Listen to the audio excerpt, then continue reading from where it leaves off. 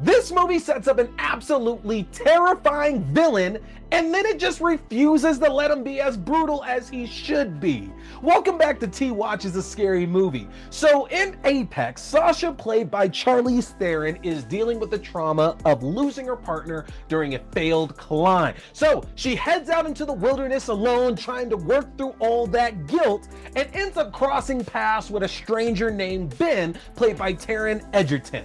Now, if you've seen movies like Wolf Creek, The Hitcher, Don't Breathe, or even the Wrong Turn reboot, you already know where this is going.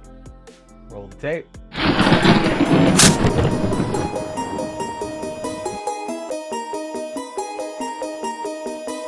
Now, this movie lives and dies on Ben, and honestly, Taron Egerton is so good here. If you've seen him in Legend as Mad Teddy, it is that exact kind of energy that he is tapping into in this role. At first, he's helpful, he's charming, he even protects Sasha earlier on from some Australian strangers, and that's what makes it work. Because once you realize what he actually is, there is no going back. You keep waiting for some kind of humanity to show up, some moment where you think that maybe she can reach him, but there's nothing there. That is the scariest version of this kind of character. The movie also does a really good job with its setup and payoff. The opening climb, that's not just there for tension. That's the entire point of the movie. It's setting up a test for Sasha. Can she let go? Can she survive this time?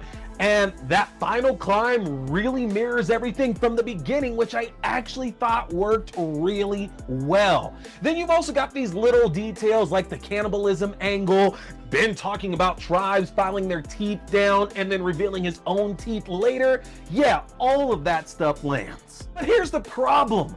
The movie pulls its punches. Film that's clearly trying to live in that Wolf Creek lane, like in more than a few ways, we barely get to see Ben at his most unhinged. The movie's only about 95 minutes, give or take, and maybe a third of that is him actually being the monster that the film builds him up to be. And even when we get there, it still feels sanitized. After everything that Sasha has been through, this is the kind of story that needs brutality. That's why characters like Mick Taylor and Wolf Creek work so well. There's no hesitation, there's no mercy, there's no maybe he'll change, just pure, relentless violence. Here, Ben still feels like he's holding on to something. There is still humanity there, and Sasha survives situations where realistically she probably shouldn't in any other film like this. And the craziest part is that we don't even see any of the kills in this. For a cannibalistic, ritualistic hunter, this is a huge miss. And then you've got Sasha, who's written to be super headstrong, super independent, works on paper and will work in any other film. But the problem here is that it clashes with Ben's personality throughout most of the movie, honestly. Whether Ben's being helpful or whether he's in serial killer mode here, there is a clash the entire time. And instead of feeling like a constant cat and mouse kind of game, there are moments where the tension just keeps on dipping and dipping and dipping.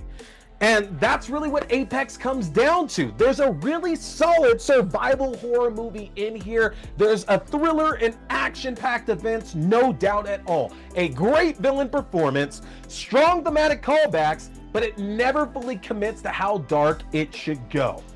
I'm giving Apex a 3 out of 5. Let me know in the comment section what your favorite good guy turns killer movie is. And if you are a Wolf Creek fan, I'm curious, why does everybody hate Wolf Creek 2? Let me know in the comment section. But that's tonight's tape.